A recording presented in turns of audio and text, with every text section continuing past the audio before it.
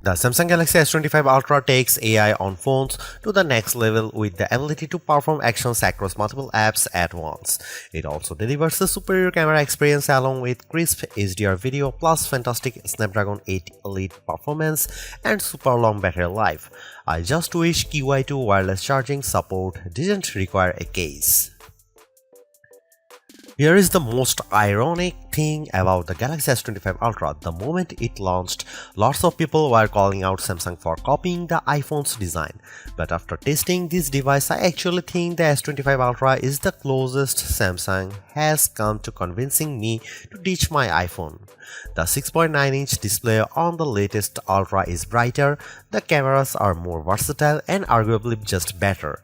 And the S25 Ultra is packed with smarter AI features I wish the iPhone 16 Pro Max had, like the ability to perform multiple actions at once across apps using just your voice.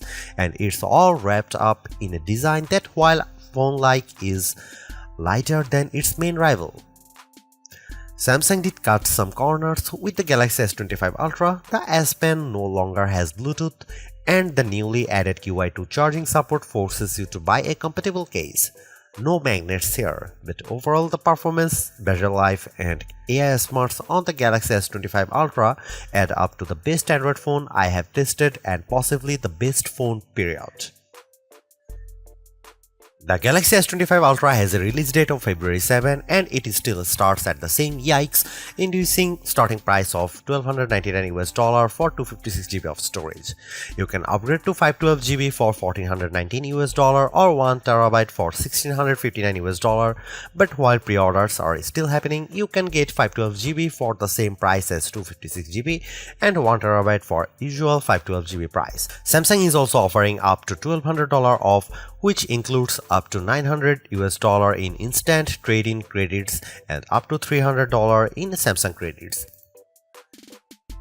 As they say, haters are gonna hate, but I think some of the criticism around the Galaxy S25 Ultra's design being too iPhone-like is warranted. The sides are flat now just like the iPhone 16 Pro Max and the corners are rounded, which means the Samsung digs into your hand less than the Galaxy S24 Ultra. But I actually blame Samsung for not copying the iPhone enough. I am talking about the left and right edges of the design. They are too sharp for my taste and make the phone less comfortable to hold and use. Apple does a better job of beveling these edges so they are smoothed out. The titanium frame feels as sturdy as ever and the thinner bezels allowed Samsung to increase the screen size slightly from 6.8 to 6.9 inches. I also like the floating camera design on the back. It looks better than the iPhone 16 Pro Max's unsightly patch. Measuring 6.41 by 3.06 by 0.32 inches and weighing 7.69 ounces, the Galaxy S25 Ultra has nearly the same dimensions of the iPhone 16 Pro Max while being noticeably lighter than Apple's 7.99 ounces handset when I was holding both phones. The Galaxy S24 Ultra weighted in at 8.22 ounces while being slightly thicker 0.34 inches. The Galaxy S25 Ultra color options are not exactly wild. They are titanium black, titanium grey, titanium silver blue and titanium white silver. I tested the silver blue hue and I think it has just enough pop without being too in your face. If you are feeling more adventurous, Samsung.com is also offering online exclusive colors like Jade Green, Jet Black and Pink Gold. There's two design trade-offs I need to talk about here. One way Samsung cut down on the weight is a notable downgrade to the S25 Ultra that removes the Bluetooth radio from the S Pen. That means you can't perform air gesture like taking photos remotely. Though Samsung says it removed Bluetooth because not enough people were using the feature. The second trade-off is that Samsung Galaxy S25 Ultra has half-aged QI2 charging support. I say that because the magnets are not built into the phone itself. So if you want to easily attach two magnetic UI accessories like docks and car mounts, you are going to have to spring for a special case. The Galaxy S25 Ultra's display is the closest to perfect we have tested yet, and that's saying something because the S24 Ultra was freaking good. The size has grown from 6.8 to 6.9 inches thanks to slimmer bezels, and that makes this an even more immersive canvas for movies, games, and more. When watching the trailer for Superman side by side with its predecessor, the Galaxy S25 Ultra's display was a bit more vivid and brighter than the S24 Ultra when viewed outdoors. I then watched the same trailer on the S25 Ultra and iPhone 16 Pro Max indoors, and I'd say they were neck and neck, with the Samsung doing slightly better in darker scenes like those with stars. In our lab testing, the Galaxy S25 Ultra turned in a max brightness of 1860 nits. That doesn't eclipse the insane score the Google Pixel 9 Pro XL turned in 2469 nits, but it does beat the iPhone 16 Pro Max 1553 nits by a fair margin. The Galaxy S25 Ultra also turned in better scores for color saturation, covering 128.1% of sRGB color gamut and 90.8% of DCI-P3 color space. The iPhone 16 Pro Max hit 114% and 80.9% respectively. Samsung even won out in terms of color accuracy with a Delta E score of 0.24, Apple's flagship scored 0.26. You can get even richer color if you set the Samsung display to vivid mode. The S25 Ultra's screen promises better durability too. Though we have not been able to test it, it's made of Corning Gorilla Armor 2, which is designed to provide better drop protection and better scratch resistance. There is always that one feature that you want to show your family and friends when checking out a new phone, and with the Galaxy S25 Ultra, that's cross-app action. With Google Gemini now deeply integrated into Samsung's flagship, you can accomplish multiple things at once using just your voice. For example, I pressed the side button on the S25 Ultra and said look up the date and time of the Oscars, and I added it to my calendar and then text it to Mike. The phone then looked up the info and I could see it connecting to Google Workplace to make the addition to my calendar. It then sent the text to my brother with the relevant info. That's pretty impressive, and it shows the potential of agentic AI on your phone. I also asked Google Gemini to look up the top 5 rooftop bars near me in New York City and then output the list to Samsung Notes, making sure to include the phone number and address for each one. Within several seconds, I had my list.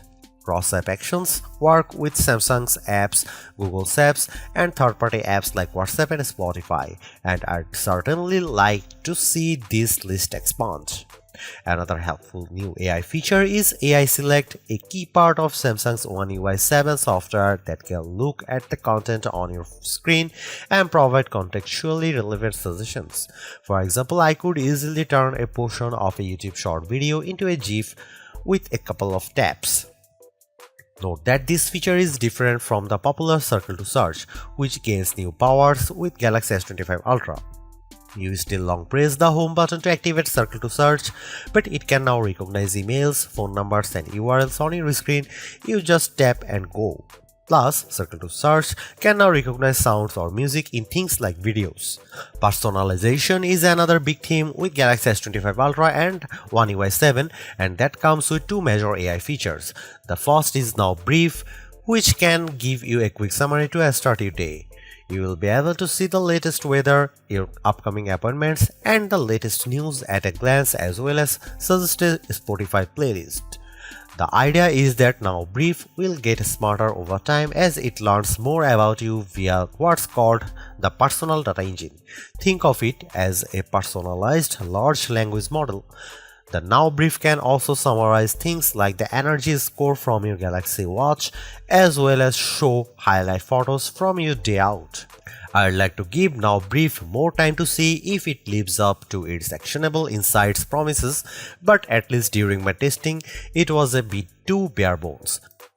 The Now bar is a hand tool that's designed to give you timely info on your lock screen from sports scores and reminders to timers and directions. It's very similar to live activities on the iPhone, and I like how you can easily flip between multiple alert boxes on your home screen which are stacked on top of each other like cards. However, I'd like to see Samsung add more partners such as Uber for seeing your rideshare status at a glance or DoorDash for your delivery updates. The Galaxy S25 Ultra has lots of other AI powers that are worth trying out. With the help of Google Gemini, I can ask about a video I am watching on YouTube and get quick answers to questions. For example, I asked Gemini to summarize the top 25 AI features announced during Unpacked, and the AI analyzed the video and came back with a list. That's pretty amazing. You can also ask questions about any photos on your screen. I pressed the side button and I asked about a church I saw in St. Joseph and found out that it's the Cathedral Basilica of St. Joseph, which is an example of Romanesque revival architecture. So the S25 Ultra can easily be your tour guide. The Galaxy S25 Ultra doesn't offer much in the way of camera hardware changes. The key upgrade involves the ultra-wide sensor, which gets a boost from 12 megapixel on the S24 Ultra to 50 megapixel. This means better detail in your shots as well as the promise of sharper macro photos. Otherwise, you get the same 200 megapixel main sensor, 50 megapixel 5x telephoto, 10 megapixel 3x telephoto, and 12 megapixel front shooter found on Samsung's previous Ultra model. Here are some camera samples of Samsung Galaxy S25 Ultra.